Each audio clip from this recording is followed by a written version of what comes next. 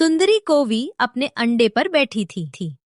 कालू कौवा सुंदरी कोवी का पति जंगल से दाना लेकर लौटता है। सुंदरी कवि और कालू कौवा दोनों दाना खाते हैं।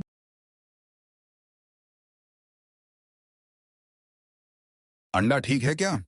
हाँ, अंडा तो ठीक है, पर मैं ठीक नहीं हूँ। क्या हुआ तुझे? अच्छी भली तो दिख रही है। हाँ, तुम्हें मैं ठीक ही लगती हूँ। जब तुम्हें सारा सारा दिन अंडे पर बैठना बढ़े, तब तुम्हारी अकल ठिकाने आएगी।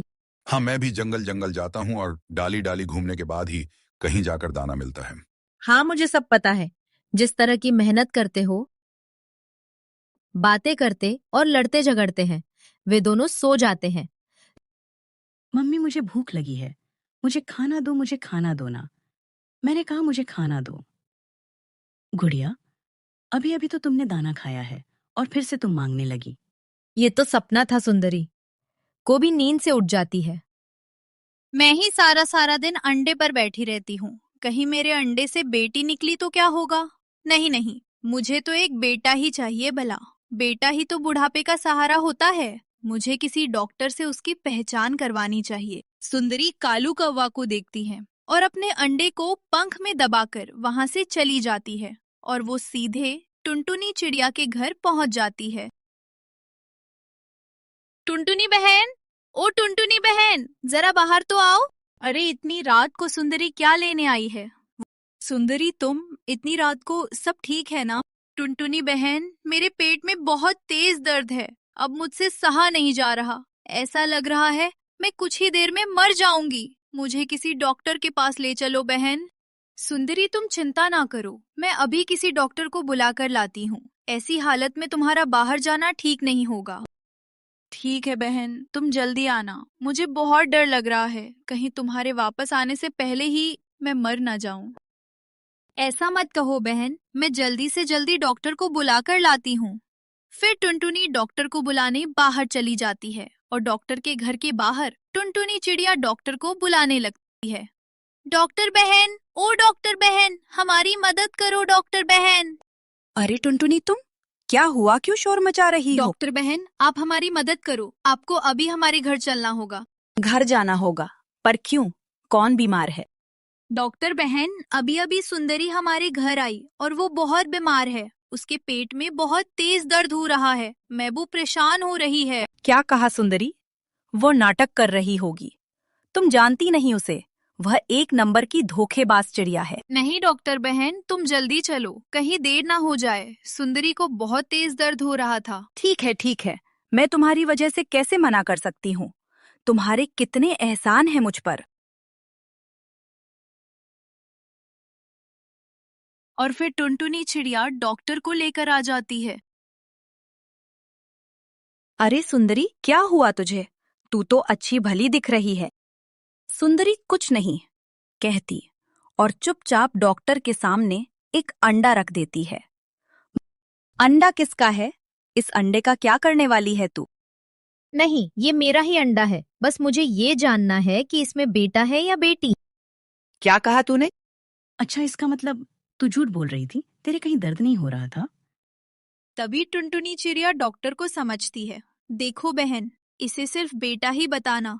मुझे डर है कहीं इसे पता चला कि अंडे में एक बेटी है तो कहीं ये अपना अंडा ही ना तोड़ दे।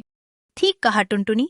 वैसे भी ये सुंदरी कितनी चालाक है, देखा नहीं एक कितना झूठ बोल रही थी। फिर डॉक्टर चिड़िया अंडे को गौर से देखती है और वो सुंदरी से कहती है, देखो सुंदरी, तुम्हें चिंता करने की कोई जरूरत नहीं। आप ढेर सारी मिठाइयों का इंतजाम कर लो, क्योंकि तुम्हारे घर बहुत जल्द एक सुंदर सा प्यारा सा बेटा आने वाला है। क्या सचमुच मेरे घर बेटा आने वाला है? कहीं मैं कोई सपना तो नहीं देख रही?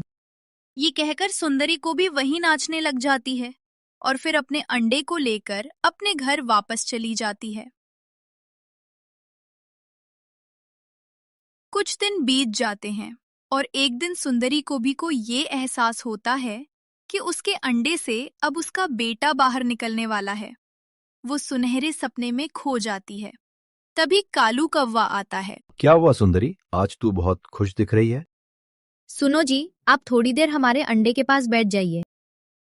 सुंदरी सारी चिड़ियों को बुलाने चली जाती है और कुछ देर में वापस लौट आती है। अरे ये आवाज किसकी है? बड़ी प्यारी सी आवाज है। पापा, मैं आपकी प्यारी सी गुड़िया। आप इधर देखो ना, नीचे। मैं यहाँ हूँ पापा। मम्मी कहीं दिखाई नहीं दे रही। क्या वो मुझसे नाराज है? नहीं मेरी प्यारी सी गुड़िया, मम्मा तुमसे नाराज नहीं। फिर मम्मा कहाँ चली गई? क्या उन्हें पता नहीं उनके घर छोटी सी गुड़िया आई है? देखो बेटा, माँ ने सोचा कि हमारे घर नन्हा सा मेहमान आने वाला है, इसलिए तुम्हारी मम्मा मिठाइयाँ लेने बाहर गई हैं। मम्मा मिठाइयाँ लेने गई है। मैं खूब ढेर सारी मिठाइयाँ खाऊंगी।